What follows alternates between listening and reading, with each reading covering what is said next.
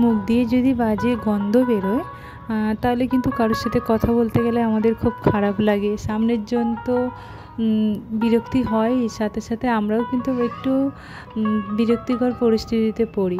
তাই সেই মুখের বাজে গন্ধটাকে দূর করার জন্য আমরা কিন্তু বাড়িতে থাকা আমাদের সবাইয়েরই বাড়িতে আমি যে পাতাগুলো ইউজ করছি সেগুলো কিন্তু আমাদের বাড়িতে না হলেও আশেপাশে কারোর না কারোর বাড়িতে গাছ থাকে পাড়ায়। তো সেখান থেকে যদি আমরা পেয়ারা পাতা, আমি যে এই পাতাটা ইউজ করছি পেয়ারা পাতা, আমরা যদি কচি পেয়ারা পাতা 3-4টে পাতা নিয়ে সেই পাতাগুলোকে একটু চিবিয়ে 2 মিনিট মতন চিবিয়ে নিয়ে জলগুলো কুলকুচ করে ফেলে দিতে হবে। ফেলে দিলে কিন্তু আমাদের মুখের গন্ধটা অনেকটাই যাবে। এটা অবশ্যই ব্যবহার করলে জানতে পারবে। এটা আগের দিনে দিদা ঠাকুমারা ইউজ করতো।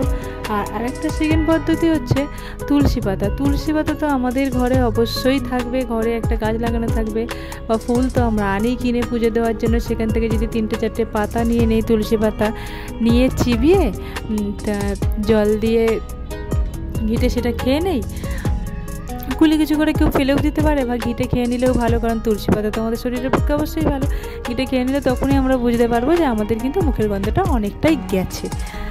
আমার এই ভিডিওটা দেখে তোমাদের যদি একটু কাজ হয় বা মনে হয় যে হ্যাঁ ভিডিওটা কাজের, অবশ্যই আমার চ্যানেলটাকে সাবস্ক্রাইব করো, বেল আইকন প্রেস করে আমার পাশে থেকো।